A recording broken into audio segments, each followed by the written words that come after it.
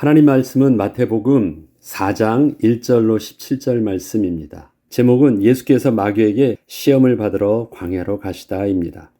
복음서 마태, 마가, 누가복음에는 동일하게 예수님께서 공생의 사역을 시작하시기 전까지에 있었던 일을 복음서의 서론으로 기록을 하고 있습니다. 그런데 기록 목적과 또 그 복음서를 읽을 독자들에 따라서 그 내용에는 약간씩의 차이가 있지만 서론에서 일련의 사건들을 동일하게 하나의 연결된 사건으로 의미 있게 묶어놓고 있음을 보게 됩니다. 그것은 광야에서 천국 복음을 외치며 물 세례를 주던 세례 요한과 그 세례 요한에게 세례를 받으신 예수님, 그리고 그 후에 광야에서 시험 받으신 예수님과 시험 받으신 후에 세례 요한이 붙잡혔다는 소식이었습니다. 그리고 예수님은 공생의 사역을 그 다음에 시작하신 것이었습니다. 이게 서론의 내용으로 기록되어 있는 것인데 이것을 마태, 마가, 누가는 일련의 사건으로 딱 묶어서 동일한 그 흐름으로 연결하여 증거하고 있습니다. 복음서를 기록한 제자들은 이 내용을 서로 의미 있게 연결된 사건으로 보고 있던 것입니다. 마태는 이러한 내용들을 세례 요한의 출현부터 그때라는 접속사로 계속 그 사건들을 이어나가면서 마지막 예수님의 공생의 시작 시점을 이때부터로 마무리하고 있습니다. 그래서 이 그때와 이때라는 접속사를 가지고 계속해서 하나의 연결된 사건으로 묶어놓고 있는 것입니다. 오늘의 본문은 특별히 그 내용 중에 예수님께서 세례를 받으신 직후에 마귀에게 시험을 받으신 내용을 묵상하고자 합니다. 세례 요한과 예수님은 오실 그리스도를 앞서 준비한 자와 그렇게 오신 그리스도이셨습니다. 이러한 두 분의 이야기의 배경은 모두 광야였습니다. 세례 요한의 모습이 낙타털 옷을 입고 허리에 가죽띠를 띠고 음식은 메뚜기와 석청이라는 것은 세례 요한이 단지 메시지를 전하려고 광야로 가서 대중을 만난 것이 아니라 본래 그의 삶이 평범한 도시 생활이 아닌 홀로 외롭고 불편했던 광야에서 그렇게 살고 있었음을 보여주고 있는 것입니다. 세례 요한의 옷은 지금 많은 종교 지도자들이 입고 있는 그런 의식의 옷이 아니었습니다. 광야에서 버티기 딱 적합한 옷을 그렇게 입고 있었던 것이었고 그가 먹고 있었던 것도 그것이 좋아서 먹고 있던 것이 아닙니다. 광야에서 생존을 위해서 그가 얻을 수 있었던 유일한 단백질이었고 구할 수 있었던 음식이었기 때문에 그것을 먹은 것이었습니다. 그것은 그가 그러한 광야에서 살아야 했던 것이 단지 성경의 말씀을 응하게 하기 위해서 각본대로 그렇게 연출하여서 살고 있었던 것이 아니라 당시 시대가 온전한 신앙을 지키며 하나님의 말씀을 온전히 외칠 수 있었던 곳이 바로 광야밖에 없었기 때문이었습니다. 당시 이스라엘은 로마의 속국이요 로마에서 파견한 총독의 통치를 받으며 각 지역마다 분봉왕들이 다스리고 있던 정치적 상황에서 종교 지도자들도 저들이 정치적으로 유대인들을 관리하기 위해서 자신들이 직접 대제사장을 임명했던 시대적 상황에서 아무런 힘없는 백성들은 너무도 고통스러운 삶을 살고 있었고 참된 영적 지도자는 전혀 기대할 수조차 없던 상황이었던 것입니다. 그때 세례 요한은 광야에서 어느 누구의 제안을 받지 않고 담대히 천국 복음을 전하고 있었던 것이었고 그렇게 오실 그리스도를 증거하며 세례를 주고 있을 때 예수께서 세례 요한에게 친히 오셔서 세례를 자청하여 받으신 것이었습니다. 세례 요한이 광야에서 살 수밖에 없었던 것, 광야에서만이 자기의 신앙을 보존하고 그 다음에 자기가 원하는 그 천국 복음의 메시지를 아무에게도 제한받지 않고 담대히 외칠 수 있었던 것은 바로 광야밖에 없었던 것입니다. 그렇게 증거하고 있을 때 이것이 소문이 나서 많은 사람들이 그동안 자기들이 잊었던 선지자가 나타났다는 소문을 듣게 되었고 그렇게 해서 광야로 몰려들게 되었던 것입니다. 그때 세례 요한은 광야에서 어느 누구의 제안을 받지 않고 담대히 천국 복음을 분명 전하고 있었는데 그렇게 오실 그리스도를 증거하며 세례를 주고 있을 때 예수께서 세례 요한에게 친히 오셔서 세례를 자청하여 받으셨습니다. 예수님께서는 당신이 세례 요한에게 친히 세례를 받으신 이유에 대해서 우리가 이와 같이 하여 모든 의를 이루는 것이 합당하니라 라고 하시며 그동안의 세례 요한의 그 사역을 온전히 인정하여 주심과 동시에 공식적으로 세례 요한의 사역이 마치게 되었음을 보여주셨습니다. 그렇게 광야에서 세례 요한과 예수님이 만났고 바톤 터치를 하게 된 것입니다. 그리고 이때 성부 하나님과 성령 하나님도 함께 하셔서 그것을 확증하여 주셨던 것이 3장 마지막 절에 기록된 내용이었습니다. 세례 요한에 대해서는 예수님께서 친히 마태복음 11장 11절을 통하여 이렇게 말씀하셨습니다. 내가 진실로 너희에게 말하노니 여자가 낳은 자 중에 세례 요한보다 큰 이가 일어남이 없도다. 이것은 무엇입니까? 세례 요한처럼 그렇게 온전한 모습으로 사역을 감당한 하나님의 사람이 없었다라는 것입니다. 그렇게 굉장히 특별한 사역이었지만 그 세례 요한의 사역은 이렇게 예수님께 세례를 주는 것으로 공식 사역을 마치게 되었던 것입니다. 그리고 그렇게 세례 요한의 사역을 이어서 예수님께서도 사역의 시작을 광야에서부터 시작하게 되었습니다. 복음서는 예수님께서 광야에서의 40일간의 행적을 금식하며 기도하시러 광야 간 것으로 증거하고 있지 않습니다. 복음서에는 예수님께서 기도하러 가신 내용에 대해서 아주 구체적이고 비교적 정확하게 그 내용들을 낱낱이 기록하고 있는데, 특별히 40일간 광야에서의 일이라면 만약 이것이 금식 기도이셨다면 굉장히 특별한 것이었기 때문에 정확하게 표현을 했을 텐데, 이 기록에는 예수님께서 공식적으로 금식하러 광야로 들어가신 것으로 전혀 기록하고 있지 않습니다. 마태복음 4장 1절로 2절에는 이렇게 기록되어 있습니다. 그때 예수께서 성령에게 이끌리어 마귀에게 시험을 받으러 광야로 가사 40일을 밤낮으로 금식하신 후에 줄이신지라. 시험을 받으러 광야로 가셨습니다. 그리고 밤낮으로 금식하셨습니다. 기도하러 가셔서 금식하신 것이 아닙니다. 시험을 받으러, 그것도 본인이 스스로 들어간 것이 아니라 성령에 이끌려 들어가셨습니다. 하나님께서 그렇게 가게 하셨다라는 것입니다. 그래서 갔어요. 그리고 밤낮을 줄이시게 되었던 것입니다. 이 내용을 누가복음에도 동일하게 이렇게 기록하고 있습니다. 예수께서 성령의 충만함을 입어 요단강에서 돌아오사 광야에서 40일 동안 성령에 이끌리시며 마귀에게 시험을 받으시더라. 이 모든 날에 아무것도 잡수시지 아니하시니 날수가 다함에 줄이신지라. 여기서도 기도하셨다는 내용이 없습니다. 이렇듯 예수님께서 광야로 들어가신 것에 대하여 분명히 마태와 누가는 성령의 충만하심을 입어 성령에 이끌려 광야로 들어갔다고 증거하고 있는 것입니다. 성령께서 주도적으로 이끄셨다는 것입니다. 광야에서 살며 천국 복음을 전할 수밖에 없던 세례 요한이 그 광야에서 자신의 거룩한 사역을 마치며 그 사역을 연결하여 본격적으로 사역을 시작하시게 된 예수님도 광야가 그 사역의 시작의 장소가 된 것이었습니다. 광야는 예수님의 영성을 키울 기도의 장소가 아니라 앞으로 당신이 삶을 살면서 당신도 사역을 진행하셔야 할 삶의 실제적 현장이었던 것입니다. 예수님은 광야에서 테스트를 받으신 것이 아니라 유혹을 받으셨습니다. 테스트와 템프테이션은 다르죠. 분명히 광야에서 사단의 유혹을 받으신 것입니다. 그것에 넘어가면 실패하는 것이고 그 속지 않고 이기시면 그것이 승리가 되시는 것입니다. 마귀의 유혹이 되려면 예수님께서는 광야의 삶이 얼마나 힘들었는지 잘 모르셨다는 것을 말합니다. 유혹은 알면 유혹이 되지 않기 때문에 그렇습니다. 성령께서 마귀에게 시험을 받으시도록 그렇게 광야로 이끄셨다고 합니다. 성령께서 이끄셨어요. 유혹이 되려면 예수님이 모르셨다라는 것이죠. 그리고 그대로 받으시는 것입니다. 세례 요한처럼 예수님은 광야의 삶에 경험이 없으셨습니다. 처음으로 광야의 삶으로 들어간 것이에요. 예수님께서는 성령에 이끌려 광야로 들어가게 되었지만 실제적으로 그 광야에서 생존을 위한 그 어느 것도 구할 수 없었던 광야에서 40일간 줄이실 수밖에 없었던 것입니다. 쉽게 구할 수 있는 곳이 아니잖아요. 이것저것 성령에 이끌려 가십니다. 성령께서 이끄셔서 뭔가 그래도 물을 구하고 음식을 구할 수 있는 곳으로 이끄셨으면 좋겠는데 가게 하시는 그곳마다 그런 것은 없었어요. 어쩌면 당황스러움의 연속이셨을지 모릅니다. 물론 이때 예수님께서 기도를 하지 않으셨다는 것이 아닙니다. 정신없이 막 그냥 배고파서 음식이나 찾고 있었다, 그런 말을 하려고 하는 것이 아닙니다. 예수님께서 성령에 이끄실 정도였고 삶이 하나님과 동행하시며 늘 기도하셨기 때문에 기도하셨을 것입니다. 그리고 하나님께 물으셨을 것입니다. 제가 말씀드리려고 하는 것은 예수님께서 본래 광야로 들어가게 된 것이 스스로 금식하러 또 기도하러 들어가신 것이 아니셨다라는 것을 말씀드리려는 것입니다.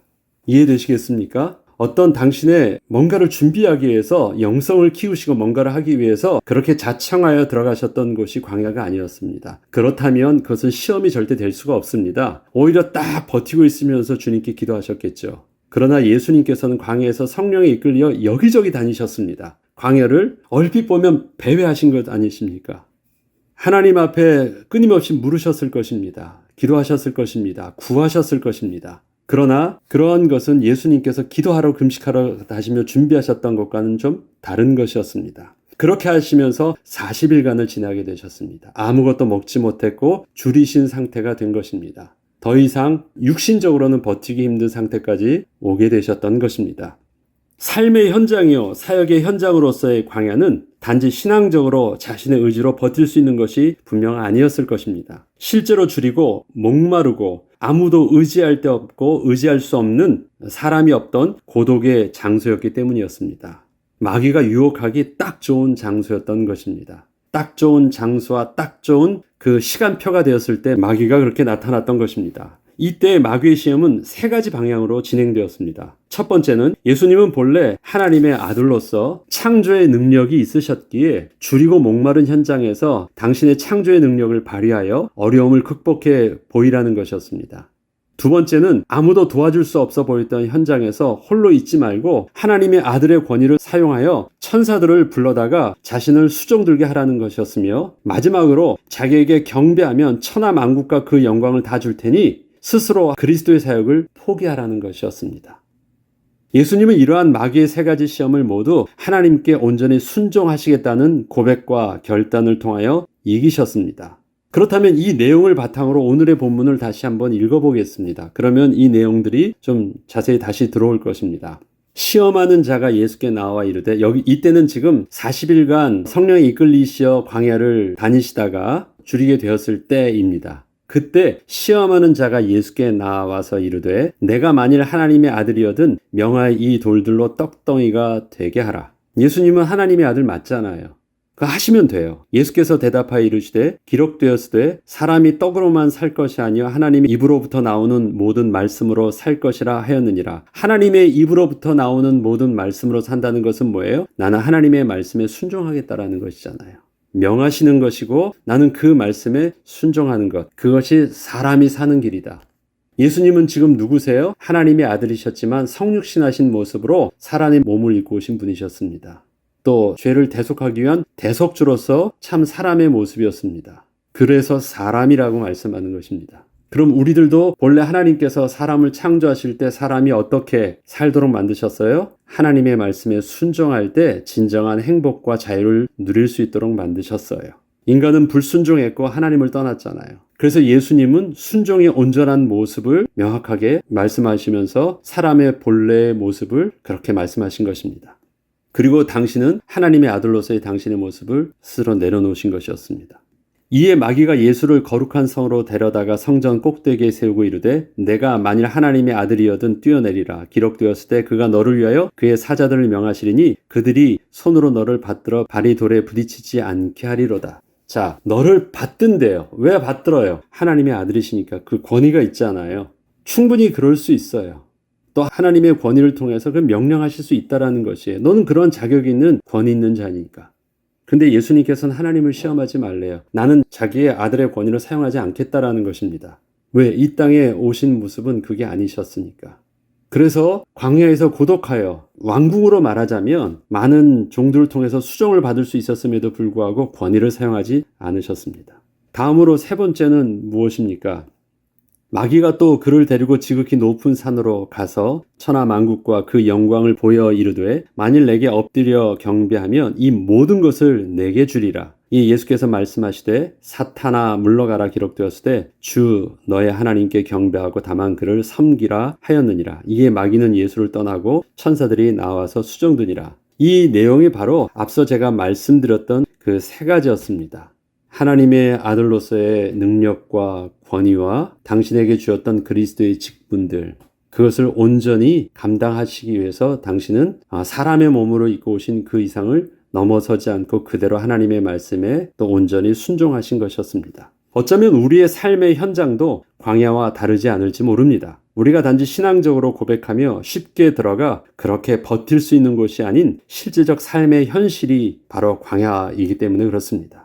광야는 삶의 실제적인 현실이에요. 예수 믿으면 괜찮아, 그렇게 쉽게 말할 수 있는 것이 아닌 것이 우리가 지금 겪고 있는 삶의 현장입니다. 예수님도 그렇게 시험을 받으신 것이었습니다. 그러나 그것은 마귀 입장에서는 분명히 유혹이었지만 분명히 성령께서 이끄신 것은 그렇게 테스트를 하신 것이었습니다. 이끄셔서 던지신 것은 테스트를 받게 하신 것이었습니다.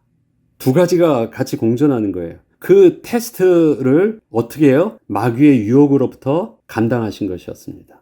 마귀는 유혹하면서 달려들었는데 성령의 테스트를 예수님께서는 하나님의 온전한 말씀을 순종함의 고백과 결단을 통해서 능히 감당하신 것이었습니다. 광야에서 예수님은 줄이셨지만 또 지나고 나니까 사실 그 이상은 아니셨던 것입니다. 마귀가 유혹할 수 있었던 것은 너 조금 있으면 죽어. 그거였거든요. 망해. 하나님이 널 버리신 거야. 이런 것이 느껴지도록 한 것이었잖아요. 또 느낄 수밖에 없었던 상황까지 극단으로 성령께서는 몰고 가셨던 것이었고, 그런데 지나고 나니까 그 이상은 아니셨습니다. 지나고 나니까 하나님께서 음식도 주셨고 하나님께서 뭐 해주셨다 이런 내용이 하나도 없어요. 그냥 광야는 광야였어요. 지나간 것입니다. 그걸로 끝났어요.